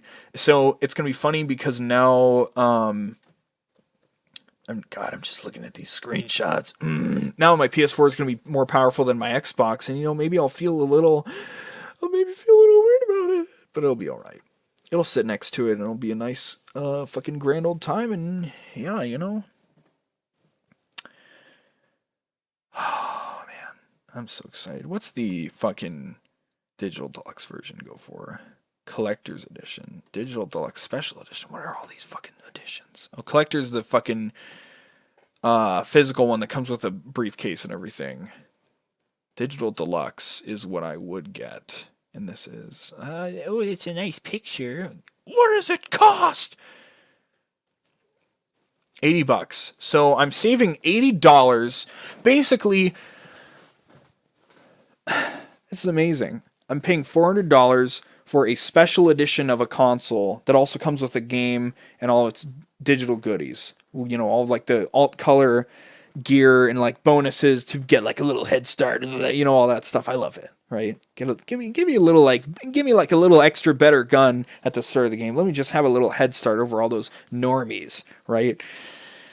But wow, that's such a good fucking deal. And it's not like, you know, I'm on the GameStop website now, and it's like, oh, you know, the normal PS4 Pro 1TB is $400. Ooh, and I'm like, oh, they have a Red Dead Redemption version. What's that? And it's like, oh, that's also $400, but it's just the PS4 Pro with Red Dead Redemption 2. You know, it's one of those bundles. It's not like a special design. What other kind of special designs? Oh, they had the God of War one.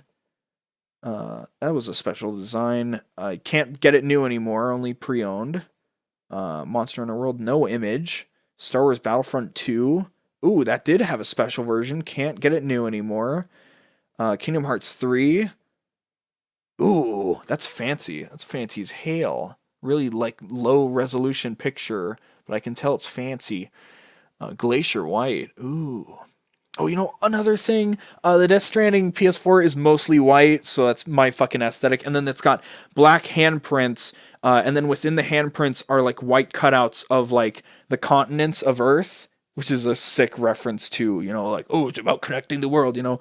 Sick reference. That makes it sound like, oh, dude, it's like totally fucking gnarly. I'm like such an intellectual. It's like Death Stranding, bro. Anyway, you get the fucking Spider-Man one. Not available new anymore either. 500 million limited edition. Ooh, that looks cool. It's blue with like a gold PlayStation symbol on the top. That's cool.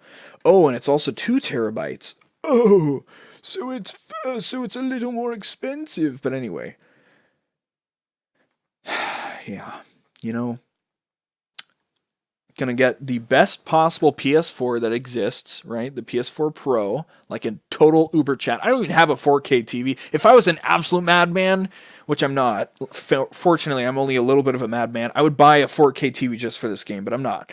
So it'll just be a really, really, really nice looking 1080p game.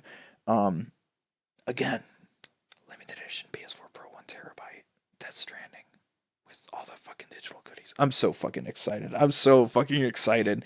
It's like, it's crazy. I was so excited when Devil May Cry 5 came out in March, but this is like a whole nother fucking level, right? Like, I know other people that are like, oh, Cyberpunk's gonna be fucking incredible. Yeah, okay, Cyberpunk's gonna be fun, and now that I have money, I'll be able to actually play that when it comes out, so that's exciting, but god damn. This is the game that I've been the most excited for since it was first revealed, so oh man. But that's enough jerking off about Death Stranding. This episode will probably come out after, probably long after Death Stranding is. It'll probably come out like in the middle or like later in the month because I don't really have much of a time frame with which to listen back to this and then go through for timestamps because I don't want to just throw it up on the internet without checking that all the audio is good and getting the timestamps done and everything because, you know, it's the kind of thing that I feel like doesn't get much repeat listens or like post initial launch listens in the first place. So I value putting out the completely finished product instead of just like, here's the content and then I'm going to make it a little prettier over time, right? By adding the timestamps and whatnot. So I'll finish here. Thanks for listening. I'm going to click that fucking stop button and then I'm going to watch some Sangatsu, play some Yakuza, go to bed, etc., etc., etc., etc., etc. Very sorry that this episode won't be up before Death Stranding again. But yeah, you know, at least I recorded beforehand. That was one thing I wanted to do, and I was kind of stressing out about it. But here I am, and I'm done. I got it done. I talked about everything I wanted to talk about. Death Stranding's gonna be fucking sick. So, yeah. Tomorrow is in your hands.